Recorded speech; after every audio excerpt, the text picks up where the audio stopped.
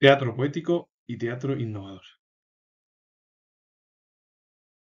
Durante la primera década del siglo XX renació el género del drama poético en verso, que había llenado los teatros 60 años antes. Se trata de un teatro falsamente heroico, repleto de temas de la historia de España y arquetipos tópicos que estaban ya en la conciencia estética del público y la pervivencia de los manuales de historia, las ilustraciones de las revistas y la pervivencia de las lecturas románticas. Aunque de forma involuntaria, este rebote del teatro histórico de exaltación nacional resultó ser otra visión de España, contrapuesta a la reflexión pesimista de la generación del 98. Hay que destacar, sin embargo, el esplendor del lenguaje de estos dramas, realzado por el recitativo ilustre de actores y actrices de la época más importantes. Por cierto, muy olvidados muchos de ellos y además muy importantes, que dejaron un legado impresionante en la cultura en general de nuestro país. En el mundo artístico destacaron María Guerrero, Díaz de Mendoza o Margarita Sirjo. Y en el mundo literario, Marquina con la obra Las hijas del Cid de 1908, Villaspesa con la obra El Alcázar de las Perlas de 1911 y Pemán con la obra Cuando las Cortes de Cádiz de 1964. Muchas de ellas son figuras muy conocidas y otras no tanto, y sobre todo María Guerrero y Margarita Sirju, que fueron grandes actrices importantísimas en España, han quedado olvidadas. Y luego a repetir, han quedado olvidadas y las mujeres comenzaron en España su auge, pero siempre dieron mayor importancia al sexo masculino.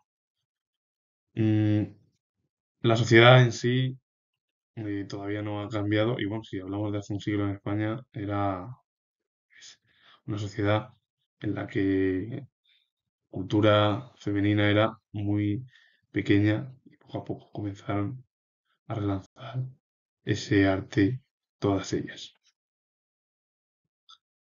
Durante los primeros 40 años del siglo XX se produjeron distintos intentos de autores que intentaron la renovación del teatro. Por su parte, también algunos empresarios y profesionales de la escena colaboraron en la transformación del espacio escénico y de la representación.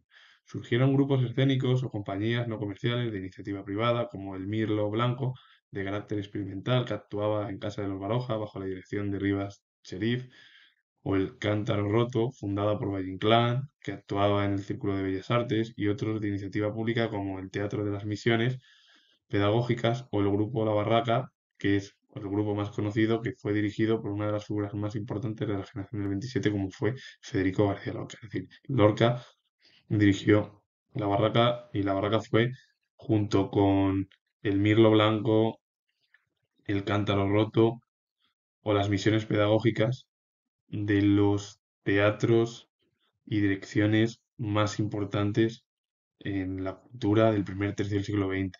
Y dos, bueno, eran de ámbito público, es decir, del Estado, y otros de ámbito privado. En el mundo empresarial destacaron Gregorio Martínez Sierra, que bueno, Martínez Sierra fue director del Teatro Eslava, y Rivas Cherif, director del Teatro Español.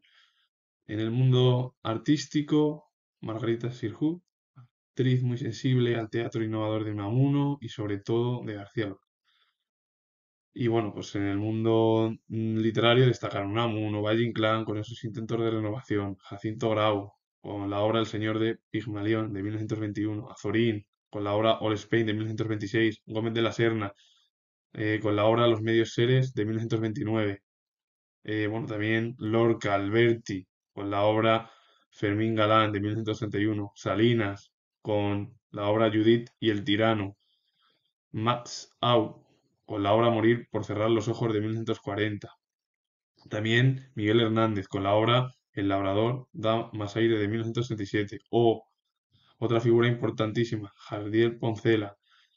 Todas ellas son muy conocidas, la gran mayoría pertenecía a la generación del 27. mm, También se ve, pues, poco en torno al ámbito femenino. Rosa Chacel, importante en la generación del 27 y además miembro de la propia generación, poco se habla de ella. Se exilió, volvió cuando terminó la dictadura franquista, pero poco se ha hablado de Rosa Chacel. Y bueno, pues Jacinto Grau también es conocido, Azorín de la generación del 98. Hay o Unamuno, Valle Inclán, es decir, hay grandes figuras pues, de varias generaciones, importantísimas, o la generación del 36 que formó parte Miguel Hernández, o Jardiel Poncela, y bueno, pues un montón de ellos, pues de los más conocidos. Y con ello finalizo, comentar que tengo el grado de historia, y si os ha gustado este vídeo relacionado con los dos teatros bueno, anteriores a 1949, es decir, más o menos el primer tercio del siglo XX, darle a like, suscribiros y poner comentarios. Saludos, adiós.